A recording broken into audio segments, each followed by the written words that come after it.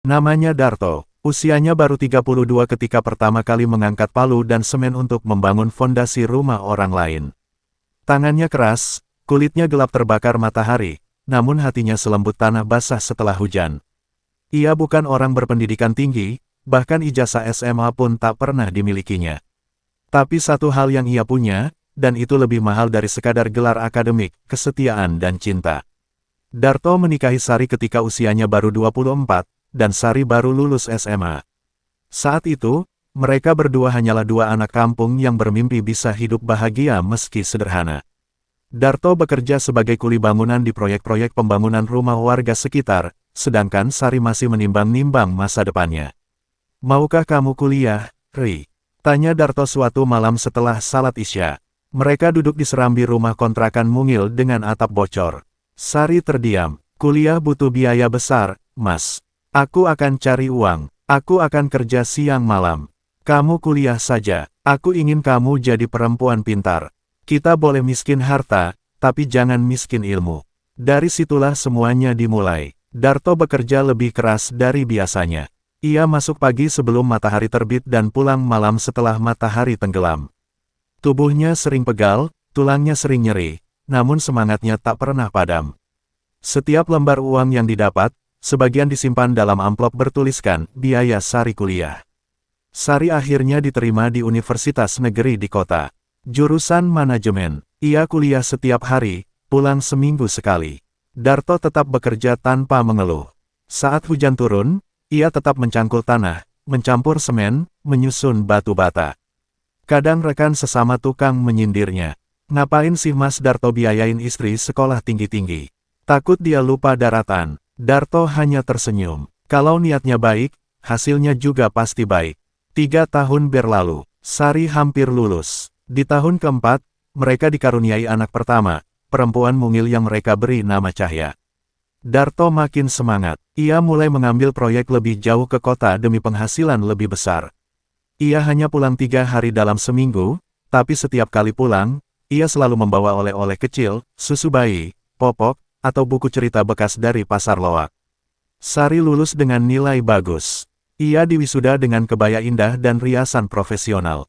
Darto datang dengan baju kemeja pinjaman, celana kain yang mulai lusuh, dan sepatu butut. Ia duduk di pojok aula, menatap istrinya dari kejauhan, matanya berkaca-kaca. "Lihat, Ri," gumamnya dalam hati. "Akhirnya kamu sampai juga di sini." Setelah lulus, Sari mulai sibuk mencari kerja. Ia sering ikut seminar, pelatihan, dan interview. Darto tetap mendukung, bahkan membiayai transportasi dan akomodasinya. "Nanti kalau kamu sudah kerja, biar aku bantu jagain anak di rumah," katanya. Tapi yang Darto tidak tahu, Sari mulai berubah. Ia mulai jarang membalas pesan. Kalaupun membalas, jawabannya pendek dan singkat. Pulang pun hanya 2 minggu sekali. Seringkali, ia memilih tinggal di kota dengan alasan kerja kelompok atau urusan kantor. Setahun kemudian, kabar itu datang. Sari diterima kerja di perusahaan multinasional, bagian keuangan. Gajinya besar, berkali-kali lipat dari penghasilan Darto sebagai tukang bangunan. Saat Darto menerima kabar itu, ia menangis bahagia. Ia sujud syukur. "Akhirnya, istri saya berhasil," katanya dengan bangga pada teman-temannya sesama tukang. Namun perlahan, sesuatu dalam Sari berubah semakin jelas. Sari mulai jarang menelepon. Kalau pulang, ia lebih sering diam. Ia tak mau disentuh. Ia mulai menyinggung cara Darto berpakaian, cara bicaranya, bahkan cara duduknya. "Mas, kamu nggak mau ganti baju baru? Yang lebih sopan dikit?" tanya Sari suatu hari saat Darto menjemputnya di terminal. Darto mengangguk. "Iya, nanti kalau ada rejeki lebih. Tiap hari kerja kok nggak bisa beli kemeja bagus sih." Darto diam. Ia menelan air ludahnya. Ia tahu ia hanya tukang bangunan, tapi ia tidak pernah pelit pada Sari. Uang selalu ia berikan, bahkan untuk hal-hal kecil. Tapi Sari, yang dulu pernah menangis di pelukannya saat sulit bayar kos, kini mulai bicara dengan nada tinggi. Bahkan, anak mereka, Cahya, lebih banyak diurus neneknya sekarang, karena Sari sibuk dan Darto bekerja di luar kota. Dan malam itu, semua pecah. Sari pulang dengan wajah dingin, dan di meja makan, ia berkata pelan namun menusuk. "Mas, Aku mau pisah. Darto menatap wajah Sari di seberang meja makan. Nafasnya berat, lidahnya keluh. Kalimat barusan menamparnya lebih keras dari badai manapun yang pernah ia hadapi. Aku mau pisah. Lidah Darto kaku. Ia merasa seperti batu bata yang dilempar ke dinding, retak, pecah, dan tak bisa disatukan lagi. Ia mengerjap beberapa kali, mencoba mengusir ilusi dari pikirannya. Kamu, serius, Ri? Tanyanya pelan, seperti anak kecil yang takut ditinggal ibunya. Sari tak menatap matanya. Iya, Mas, aku sudah nggak bisa terusin semua ini. Darto masih tak percaya. Kenapa, Ri? Ada yang salah dengan aku. Aku nggak pernah main perempuan, nggak pernah pukul kamu. Aku kerja banting tulang demi kamu dan Cahya. Justru itu, Mas, aku capek hidup seperti ini.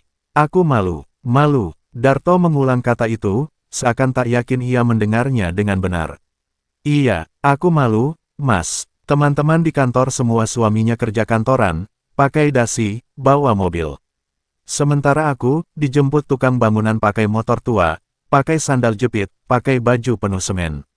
Darto menunduk, di dadanya ada bunyi retakan kecil. Ia ingin marah, tapi hatinya justru menangis. Ia ingin menyangkal, tapi mulutnya tak sanggup. Kamu malu sama aku? Tanyanya pelan. Sari mengangguk, masih tak berani menatapnya. Iya, Mas, aku nggak bisa lanjut begini. Aku mau hidup yang lebih baik. Aku butuh pasangan yang selevel. Kalimat itu menyayat lebih tajam dari pisau dapur yang pernah melukai jarinya saat memotong sayur. Darto berdiri pelan. Ia merasa bumi bergeser dari tempatnya. Jadi selama ini, semua yang aku lakukan, nyangkul, ngaduk semen, lembur, semua itu nggak ada artinya. Sari masih diam, dan dalam diam itu, jawaban paling kejam terucap tanpa kata. Malam itu, Darto tidur sendiri di ruang tengah, di atas tikar, karena kamar sudah dikunci Sari dari dalam. Pagi harinya, Sari pergi lebih awal ke kota.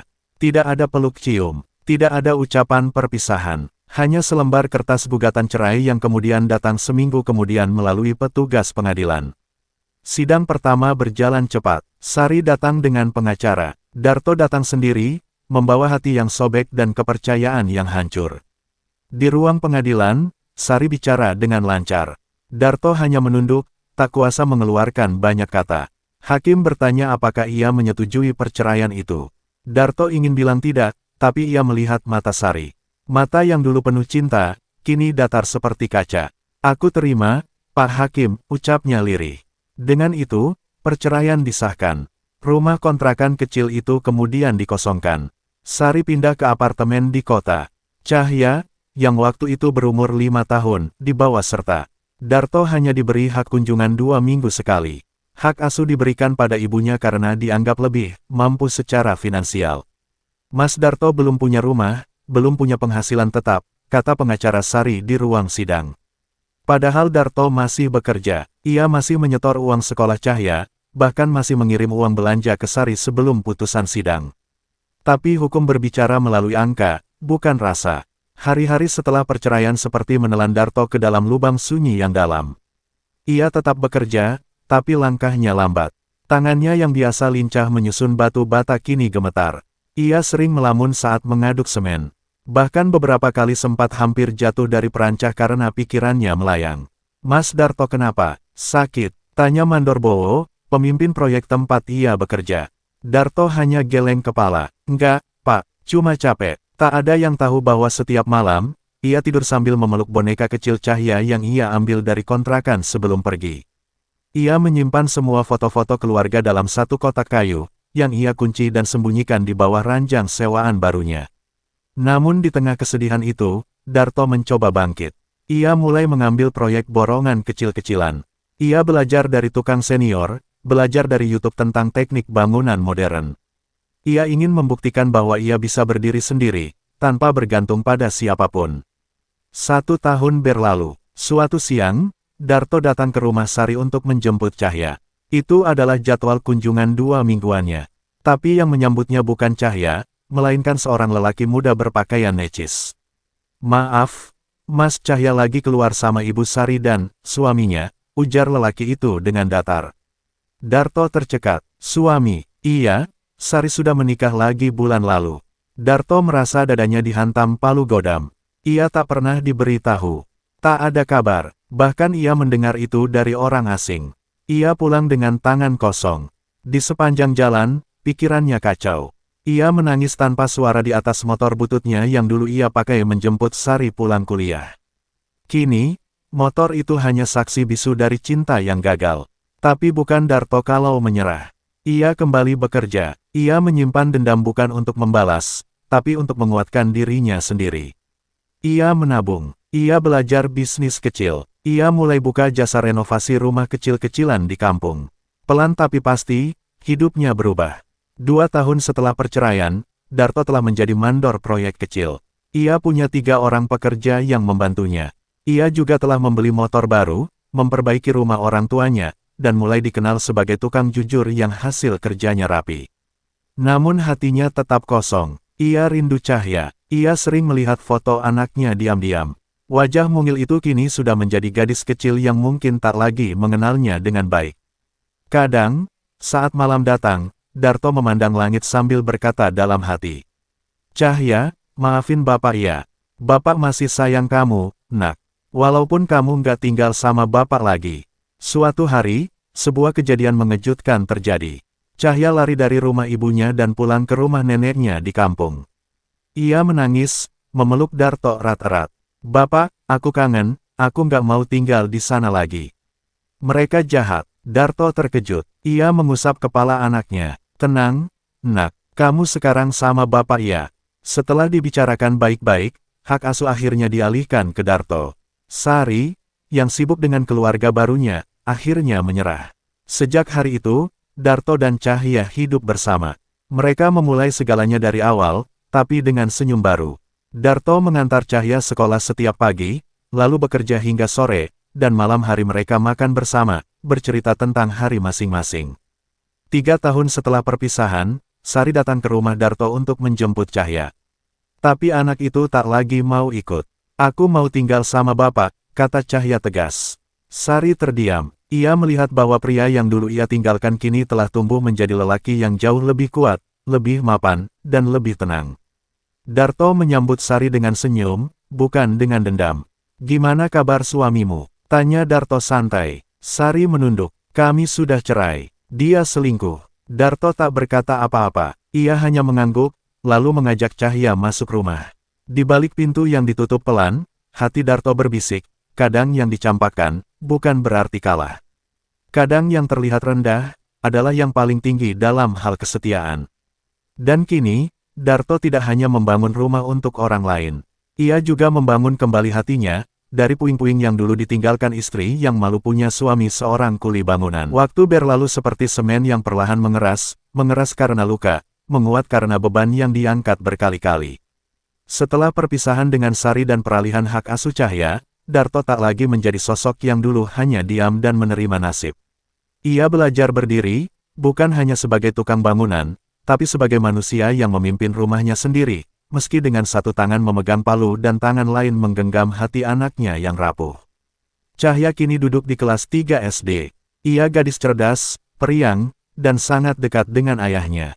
Setiap pagi, Darto menyiapkan sarapan sederhana, nasi goreng atau mie rebus dengan telur ceplok. Bukan makanan mewah, tapi selalu disajikan dengan senyuman dan doa yang tulus. Cahya harus semangat sekolah, ya. Jangan kalah sama ibu-ibu kantoran. Bapak mungkin cuma tukang, tapi Cahya bisa jadi apapun yang Cahya mau, ucap Darto suatu pagi sambil menyuapi anaknya. Cahya mengangguk sambil tersenyum. Aku mau jadi dokter, Pak. Biar bisa obati Bapak kalau capek kerja. Kini, Darto bukan lagi kuli bangunan biasa. Ia telah membuka jasa renovasi rumahan. Namanya pelan-pelan dikenal lewat mulut ke mulut. Ia sering diminta memperbaiki rumah warga, membangun gazebo kecil, atau memperluas dapur. Ia tak malu mencantumkan namanya di spanduk kecil yang dipasang di pertigaan kampung. Renovasi Bang Darto, cepat, rapi, amanah. Ia juga mulai mengatur waktu agar tak kerja terlalu jauh. Ia ingin pulang sebelum maghrib, agar bisa membantu Cahya mengerjakan PR, mendengarkannya membaca, atau sekadar menonton acara TV anak-anak bersama. Meski demikian, luka masa lalu tak sepenuhnya mengering. Kadang, saat malam datang dan udara dingin meresap ke dalam tulang, Darto termenung lama di serambi rumah. Ia menatap langit, mengingat betapa keras jalan yang harus ia tempuh hanya karena ia dianggap tidak selevel. Namun kali ini, ia tak menangis. Ia hanya menarik napas panjang dan berkata pada dirinya sendiri, tak semua luka harus dibalas. Ada yang cukup disembuhkan dengan menjadi lebih baik. Suatu hari di akhir pekan, Darto mendapat proyek renovasi di rumah seorang guru SD di kota, Ibu Ratna namanya. Rumah itu cukup luas, dengan halaman yang asri dan tanaman gantung yang dirawat baik. Saat datang untuk survei, Darto disambut oleh anak perempuan kecil dan seorang wanita muda dengan jilbab sederhana. "Mas Darto?" "Iya," tanya wanita itu. "Iya, Bu, saya mau lihat bagian dapur yang mau direnovasi." Wanita itu mengangguk. "Saya Intan, anak dari Bu Ratna." Darto mengangguk sopan. Saat mereka berjalan menuju dapur, Darto menjelaskan beberapa opsi pengerjaan. Intan mendengarkan dengan serius. Ia mencatat, bertanya dengan cerdas, dan tak terlihat meremehkan meski tahu siapa yang di depannya hanyalah seorang tukang. Proyek itu berjalan 2 minggu. Selama itu, Darto sering berinteraksi dengan Intan. Bukan karena sengaja, tapi karena Intan sering keluar membawa teh manis dan gorengan untuk para pekerja. "Kopi atau teh, Mas Darto?" tanya Intan suatu sore. "Teh aja, Bu Intan." "Saya kurang tahan pahitnya kopi," jawab Darto sambil tertawa kecil. Mereka sering bertukar cerita ringan. Tentang harga bahan bangunan yang naik, tentang anak-anak zaman sekarang, hingga tentang buku cerita yang disukai Cahya. "Mas Darto suka bacain buku anak. Setiap malam, Cahya suka kalau saya buat suara tokoh-tokohnya. Katanya bapak mirip aktor," kata Darto tertawa, dan Intan ikut tertawa geli. Hari-hari itu, seperti semilir angin yang pelan-pelan menyapu debu luka lama Darto. Ia mulai merasa nyaman. Intan berbeda. Ia tak memandang pekerjaan seseorang dari status, tapi dari niat dan kebaikan hatinya. Ia bahkan sering meminta Darto duduk sejenak setelah bekerja untuk berbagi cerita. "Kamu kelihatan sayang banget sama anakmu, Mas," kata Intan suatu malam sambil menyerahkan segelas air jeruk. "Cahya adalah alasan saya bertahan, Bu Intan. Dia cahaya hidup saya." 3 bulan setelah proyek itu selesai, Darto dan Intan masih sesekali berkomunikasi lewat pesan. Intan kerap bertanya tentang harga bahan bangunan untuk proyek baru, tapi perlahan obrolan mereka berubah menjadi candaan, cerita tentang hari yang melelahkan, dan kemudian, perhatian kecil. "Mas, sudah makan belum? Mas, jangan lupa istirahat ya, jangan kerja terus." Darto bingung. Sudah lama tak ada yang menanyakan kabarnya seperti itu. Ia mulai merasa jantungnya berdegup lebih cepat tiap ada pesan masuk. Cahya bahkan sering mengejeknya. "Bapak senyum-senyum lihat HP. Pacaran ya?" Darto tertawa sambil mencubit gemas anaknya. Tapi jauh di lubuk hati, ada benih perasaan baru yang tumbuh. Dan itu bukan perasaan sementara. Beberapa bulan kemudian, Darto memberanikan diri mengajak Intan bertemu. Bukan untuk menyatakan cinta seperti remaja, tapi untuk bicara dari hati ke hati. Mereka duduk di warung pecel lele, tempat yang sederhana tapi penuh kenangan masa kecil Darto. "Bu Intan, panggil Intan aja, Mas. Kalau saya panggil Mas Darto aja, nggak enak kamu masih manggil saya Bu." Darto tersenyum. "Intan, saya ini bukan siapa-siapa. Saya cuma tukang, masih ngontrak, hidup juga masih pas-pasan. Tapi saya serius." Intan menatapnya, matanya jernih dan tenang. "Saya nggak butuh orang kaya, Mas.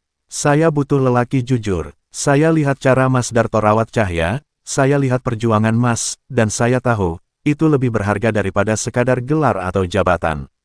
Darto menunduk, air matanya menetes diam-diam. Dan hari itu, langit di atas mereka menjadi saksi bahwa cinta tak selalu datang dari kemewahan, tapi dari hati yang tak menyerah walau sudah pernah dihancurkan. Beberapa bulan kemudian, Darto dan Intan menikah secara sederhana. Acara digelar di halaman rumah keluarga Intan. Tak ada pelaminan mewah, hanya terpal dan bangku panjang, tapi penuh tawa dan doa dari warga sekitar. Cahya menjadi pengiring pengantin, mengenakan gaun putih kecil dan senyum bahagia. "Mbak Intan sekarang ibu aku?" tanya Cahya sambil menggandeng tangan Intan. "Iya, sayang, tapi panggil ibu aja ya, biar bapak nggak sendirian." Darto menangis saat mendengar itu. Pernikahan ini mengubah hidup Darto. Ia bukan hanya mendapatkan istri baru, tapi juga sahabat, rekan usaha, dan sosok ibu baru untuk Cahya.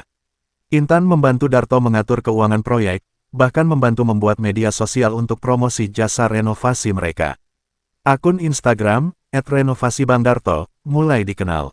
Mereka menerima banyak order dari kota. Beberapa video transformasi dapur dan taman belakang jadi viral. Usaha kecil Darto tumbuh jadi bisnis mandiri. Suatu hari, ketika sedang belanja bahan bangunan di toko besar kota, Darto bertemu seseorang yang pernah menghancurkan hidupnya. Sari, ia sedang mengantri bersama seorang lelaki parubaya. Tatapannya kaget melihat Darto datang bersama Intan dan Cahya. Ia bahkan terlihat gugup. "Mas," sapanya pelan. Darto hanya tersenyum. "Apa kabar, Ri?" "Baik," jawab Sari, lalu menunduk. Cahya hanya menatap datar, lalu kembali mengajak ayahnya ke kasir. Sari menatap punggung mereka menjauh. Ada genangan di matanya yang tak bisa ia jelaskan.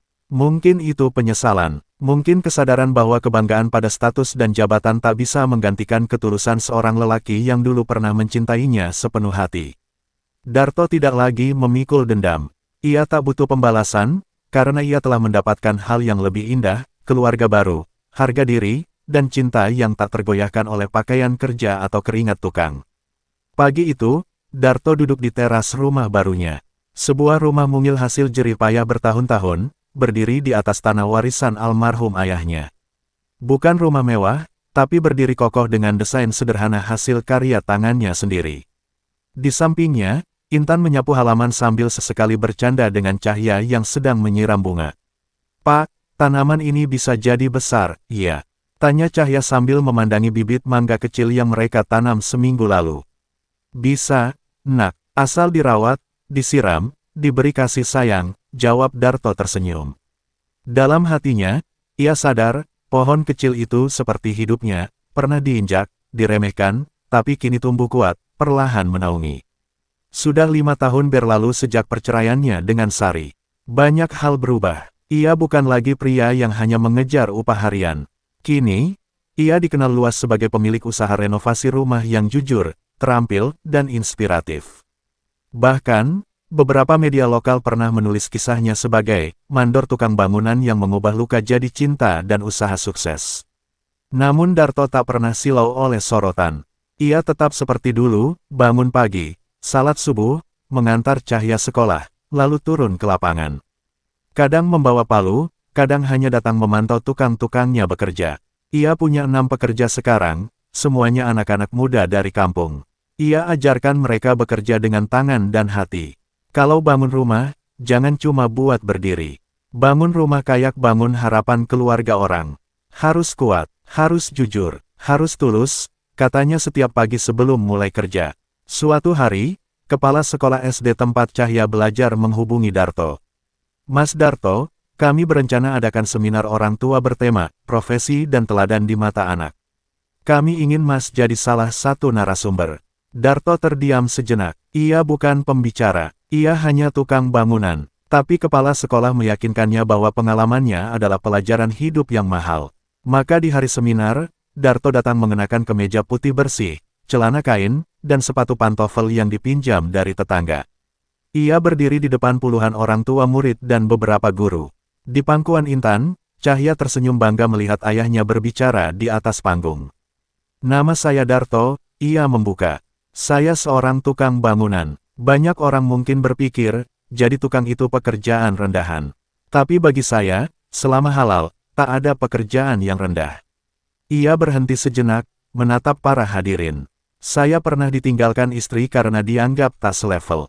Katanya, malu punya suami tukang. Waktu itu, saya hampir hancur. Tapi saya bangkit bukan karena ingin balas dendam. Saya bangkit karena saya punya anak yang saya cintai, dan karena saya percaya, harga diri tak ditentukan oleh dasi atau jabatan." Ruangan hening. "Saya mungkin tak punya gelar, tapi saya bisa membangun. Bukan hanya rumah, tapi juga hidup. Saya ajarkan anak saya bahwa menghormati orang tua, bertanggung jawab, dan bekerja jujur jauh lebih penting daripada kelihatan keren di media sosial." Tepuk tangan bergemuruh. Cahya menatap ayahnya dengan mata berkaca-kaca. Setelah seminar itu, banyak orang tua yang mendekati Darto. Mereka kagum. Beberapa bahkan minta tolong dibangunkan dapur atau renovasi kamar. Sementara itu, Kabar tentang Darto juga sampai ke telinga Sari. Ia sedang menjalani hidup yang tak semanis yang ia rancang dulu. Suami keduanya meninggalkannya dengan utang. Kariernya menurun. Ia pindah ke rumah kontrakan kecil dan harus mengurus anak dari pernikahan keduanya sambil bekerja paruh waktu. Suatu sore, ia membuka YouTube dan tanpa sengaja melihat video seminar Darto. Ia menatap layar dengan perasaan campur aduk. Dalam video itu, Darto berdiri tegak, berbicara lugas dan rendah hati. Sari meneteskan air mata. Dulu, ia meninggalkan lelaki itu karena malu. Sekarang, lelaki itu menjadi teladan banyak orang. Sementara ia, harus menghadapi hidup yang penuh penyesalan. Beberapa minggu kemudian, ia memberanikan diri datang ke rumah Darto. Ia membawa oleh-oleh untuk Cahya, berharap bisa bicara sebentar. Darto menyambut dengan ramah. Intan pun bersikap hangat meski tahu siapa wanita itu. "Kamu baik-baik saja, Ri?" tanya Darto sambil menyuguhkan teh. "Baik, Mas. Maaf datang tiba-tiba. Aku cuma pengen lihat Cahya. Dan minta maaf." Darto mengangguk pelan. "Semua sudah berlalu. Saya nggak pernah dendam. Saya malah berterima kasih. Kalau dulu nggak ditinggal, saya mungkin nggak pernah belajar berdiri sendiri." Sari menunduk. Di hadapannya bukan lagi kuli bangunan biasa, tapi lelaki yang tumbuh melalui luka dan penderitaan, menjadi ayah yang hebat, suami yang sabar, dan manusia yang utuh.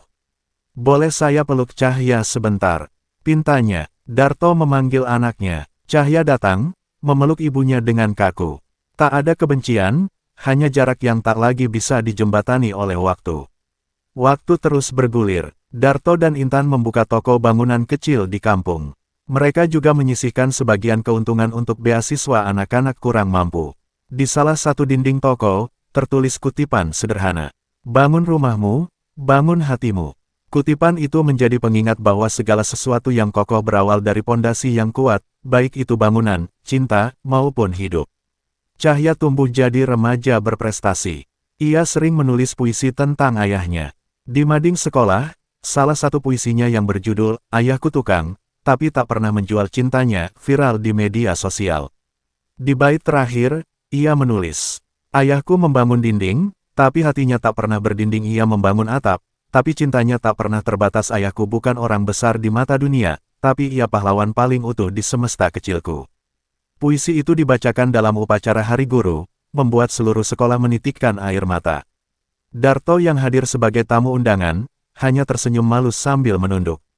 Kini, setiap kali ada orang yang meremehkan pekerjaan seseorang hanya karena pakaiannya, Darto punya jawaban lembut namun menohok. "Kalau tak ada kuli bangunan, mungkin rumah Anda tak berdiri. Kalau tak ada tukang, mungkin dinding sekolah tempat anak Anda belajar tak pernah ada. Maka jangan rendahkan pekerjaan siapapun, karena semua punya peran dalam dunia ini." Ia menjadi simbol kebangkitan di kampungnya. Bahkan saat pemerintah daerah mengadakan pelatihan wirausaha dan memintanya menjadi mentor, Darto menjawab, "Saya bukan ahli bisnis. Saya cuma pernah jatuh, dan tahu rasanya bangun lagi." Itulah kekuatan sejati seorang lelaki sederhana yang dulu hanya dikenal sebagai si tukang yang ditinggal istri. Kini, namanya disandingkan dengan inspirasi. Ia membuktikan bahwa orang yang dipandang sebelah mata, justru bisa melihat lebih jauh daripada mereka yang tinggi hati.